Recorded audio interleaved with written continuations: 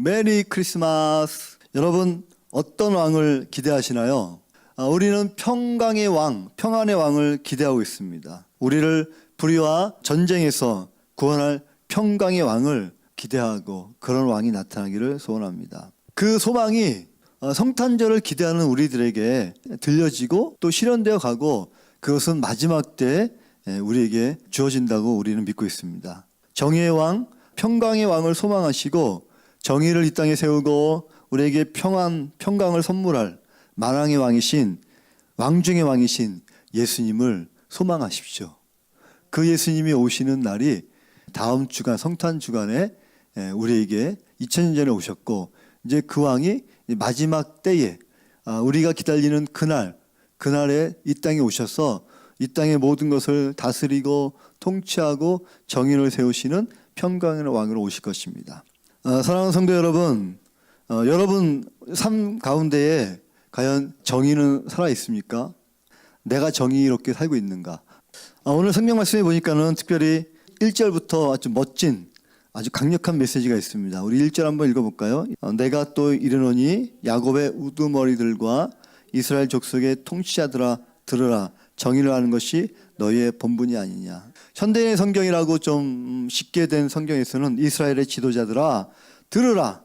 너희는 정의를 실현해야 될 사람이 아니냐라고 이야기하고 있어요. 이 말은 다시 말해서 그 시대에 이스라엘의 통치자들이, 또 이스라엘의 리더된 사람들이, 지도자들이 정의롭지 않다는 거예요. 정의가 이 시대에 많이 화두되고 있는 요즘이죠. 우리나라에서도 자유를 갈망하고 외쳤던 시대가 있었습니다.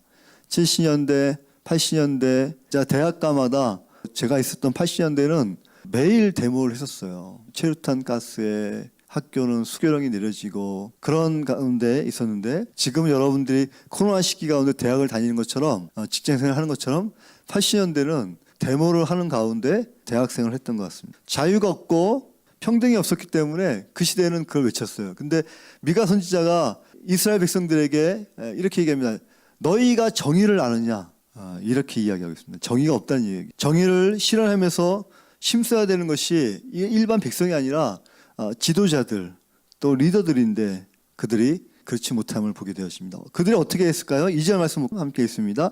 너희가 선을 미워하고 악을 기뻐하여 내 백성의 가죽을 벗기고 그 뼈에 살을 뜯어. 정의에 대해서는 신경도 안 쓴다는 거죠. 오히려 선을 미워하고, 선하다는 것은 좋은 것을 뜻합니다. 착하다고도 표현할 수 있지만은 보기 좋은 것, 누구 보기 좋은 것? 하나님 보시기에 좋은 것.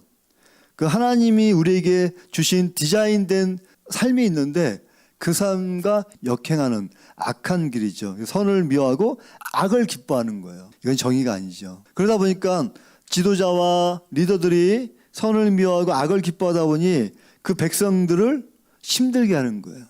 가죽을 벗기고 뼈에서 살을 뜯어먹는 것처럼 백성을 뜯어먹는 거예요. 3절 말씀 읽어볼까요? 그들의 살을 먹으며 그 가죽을 벗기며 그 뼈를 꺾어 다지기를 냄비와 솥 가운데 담을 고기처럼 하는도다. 이스라엘 백성의 왕은 하나님이십니다. 하나님이 다스리는 나라예요. 그래서 왕이 필요가 없는데 이스라엘 백성들이 주변 나라를 보니까는 우리에게도 왕의 시스템을 주시옵소서라고 간곡하게 아주 때를 쓰다 보니까는 허락했어요. 대신 왕에게 주어지는 임무가 있습니다. 미션이 뭐냐면 하나님 대신 대리로 통치하면서 그 백성들을 잘 살게 하는 거예요. 그들을 이웃나라로부터 안전하게 보호하는 거예요. 당연히 그거 할 일이죠. 근데 희한하게 사람들은 그 자리에 올라가면 자기의 미션, 이 의무죠. 대통령의 의무, 왕의 의무, 지도자들의 의무를 팽개쳐버리고 자기 배를 채우고 그것도 모자라서 자기 집에 창고를 열고 금고를 열고 거기에 재물을 쌓는, 악행하고, 더군다나 오늘 말씀처럼 백성들의 가죽을 벗기고 뼈를 살아서 뜯어먹고, 그 다음에 어떻게 해요? 냄비에 솥에 고기를 다져놓듯이 백성들을 다져놓는다는 거죠. 아주 포악한 정치를 한다는 거죠. 너무나 사회가 정의가 없다는 거예요. 정의는 곧 하나님의 기준입니다. 우리가 기대하는 왕, 평강의 왕, 오직 예수 그리스도를 우리가 기대하는 것이죠. 5절 말씀 한번 읽어보겠습니다. 시작. 내 백성을 유혹하는 선지자들은 이에 물을 것이 있으면 평강을 외치나 그 입에 무엇을 채우지 아니하는 자에게는 전쟁을 준비하는도다. 앞에 정치인들, 지도자들에 대한 이야기를 했다면은 지금에는 종교 지도자들. 하나님이 선지자를 세운 이유가 있어요. 그 당시에 왕들이 하나님 뜻대로 못하게 되어지면은 왕에게 하나님의 말씀을 대신 전하는 자가 선지자 역할을 하는 거예요. 왕이시여, 하나님의 뜻과는 관계없는 다른 일을 하고 있습니다. 이거는 다시 고쳐야 됩니다. 틀렸습니다라고 지적하는 것이 선지자이고, 백성들에게도 하나님의 말씀을 받아서 전하는 것이 선지자 역할인데, 자기에게 돈을 갖다 주거나 좋은 것을 주는 그런 백성들에게는 잘 될 겁니다.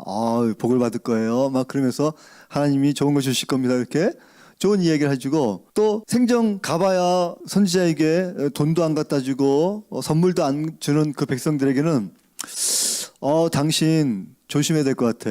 사업도 힘들 것 같고 딱 보니까는 안 좋은 것 같아. 그 자녀들 있죠? 좀 위험한 것 같아요. 좀 뭐 계획하고 있죠? 힘들 것 같아. 이런 식으로 하면서 막 위협을 하는 거예요. 어떻게 해야 돼요? 그러면 선지자님 어떻게 하면 될까요? 그래, 한번 하나님 앞에 기도를 해야지. 뭐 거의 무당 같죠. 그럼 요번에 재물 좀 준비해봐. 막 이러면서 돈을 뜯어내는 거죠. 되겠습니까? 지금이나 그때나 이런 사람도 있다는 거죠.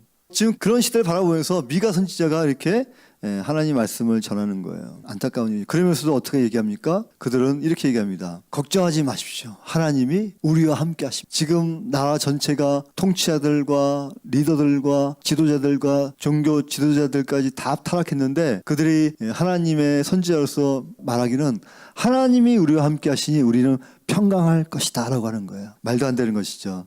하나님께서 미가 선지자에게 말씀을 주셨습니다. 그 사회에게 주신 말씀이에요. 8절 말씀 시작. 오직 나는 여호와의 영으로 말미암아 능력과 정의와 용기로 충만해져서 야곱의 허물과 이스라엘의 죄를 그들에게 보이리라. 8절에 나는 누구냐면 미가 선지자예요. 나는 그 선지자들과 다르다. 나는 너희들의 잘못된 죄를 지적할 것이다. 그리고 너희가 그 길에 떠나지 아니하면 하나님의 진노를 너희에게 선포할 것이다 라고 이야기하는 9절 말씀에 이렇게 되어 있습니다. 야곱의 족속 우두머리들아 이스라엘의 족속의 통치자들을 곧 정의를 미워하고, 어떻게 한 나라를 다스린 자가 정의를 미워하고 정직한 것을 막아버리고 이것을 원하는 자들이라고 그러죠. 이런 자들에게 미가 선지자는 이야기하고 있어요. 10절에 계속해서 봅니다. 시온을 피로 예루살렘을 제약으로 건축하는도다. 그래서 그들이 계속 정치하고 그들이 다스리고 또 이스라엘 백성의 종교를 이끌어가는 그 사람들은 시온을 피로 만들어버리고 예루살렘은 제약으로 덮어버려서 건축하는도다는 예루살렘 전체가 제약으로 쌓고 쌓여서 죄가 차고 넘친다는 걸 이야기하고 있는 거예요. 결국 어떻게 되어집니까? 지금 미가 선지자의 활동 시기는 700년대 전후로 활동하고 있는데, 이 시대에 북쪽 이스라엘 왕국이 결국 722년에 아수르 제국에게 패망하게 되어지는, 멸망하게, 나라가 없어지게 되어지는 거예요. 그래서 미가 선지자는 너희도 그 길에서 떠나지 아니하면, 정의를 행하지 아니하면, 종교 지도자들도 하나님 말씀에 똑바로 서지 아니하면, 백성들도 우상에서 떠나지 아니하고 서로 간의 다툼에서 떠나지 아니하면, 사랑하지 아니하면 이제 너희도 북이스라엘처럼 멸망할 것이다라고 예언하고 있는 것입니다. 심각한 거죠. 여러분, 지금 우리 이 시기 가운데 우리는 하나님의 말씀을 들어야 되고, 하나님이 우리에게 원하시는 방향과 메시지가 뭔지를 듣고 깨달아야 되는 것이. 그렇지 아니하고 계속해서 나의 욕심과 나의 편과 어떤 그것으로만 가다 보면은 하나님과는 관계없이 이 땅 가운데서도 또 우리의 삶 가운데서도 하나님의 심판이 있게 되어진 것이죠. 안타깝고 무서운 이야기죠. 여러분, 처음에 제가 이야기했어요. 여러분, 어떤 왕을 기대하십니까? 우리를 평안하게 해주는 왕, 정의를 실현시켜주는 왕이죠. 성경 한번 찾아볼까요? 미가서 6장 8절 말씀. 함께 읽습니다. 시작. 사람아, 주께서 선한 것이 무엇임을 내게 보이셨나니 여호와께서 내게 구하시는 것은 오직 정의를 행하며 인자를 사랑하며 겸손하게 내 하나님과 함께 행하는 것이 아니냐. 아멘. 여러분, 하나님이 원하시는 것이 이거예요. 하나님께서 여러분에게 원하시는 것이 이겁니다. 하나님께서 리더들에게, 또 가정 가운데 리더들에게, 여러분 그룹 가운데 리더들에게 원하시는 삶이 이겁니다. 어떤 것입니까? 정의를 행하며 살아라. 그리고 너희 주변에 있는 사람들을 하나님의 사랑으로 사랑하면서 섬겨라. 그리고 겸손하게 하나님 앞에 순종함으로, 하나님과 교제함으로, 하나님과 예배함으로 살아가라는 것이죠. 여러분, 우리가 이 말씀을 깊이 새기고 잊으면 안 됩니다. 나의 삶과 또 때로는 너무나 내 삶에 문제가 있어서, 어려움이 있어서, 환란이 있어서, 이 나라가 힘들어서 그것 때문에 잊어버리면 안 되는 것이, 이것은 하나님이 우리에게 주신 가장 기본되는 길이고 기준이 되어지는 것입니다. 이제 미가 선지자의 예언 다음에 100년 뒤에 기원전 BC 586년에 남유다 왕국까지 멸망하면서 하나님의 민족, 선민인 이스라엘 민족, 이스라엘 나라가 다 패망하게 되어집니다. 그리고 바벨론 땅으로 포로 잡혀가게 되어지는 것이죠. 그러나 하나님의 계획은, 하나님의 뜻은 멸망이 아니고 재앙이 아니고 우리를 살리는 생명이라고 했습니다. 하나님께서 우리를 바라보시는 그 메시지, 바로 우리에게 우리의 죄를 해결하시고 우리를 구원하실 메시아를 예비하시고 그 계획을 진행하고 계십니다. 똑같은 시대에 사역했던 선지자가 한 분 있는데 바로 이사야 선지자입니다. 여러분 성경책 한번 찾아볼까요? 이사야 선지자, 이사야 9장 6절로 7절 말씀.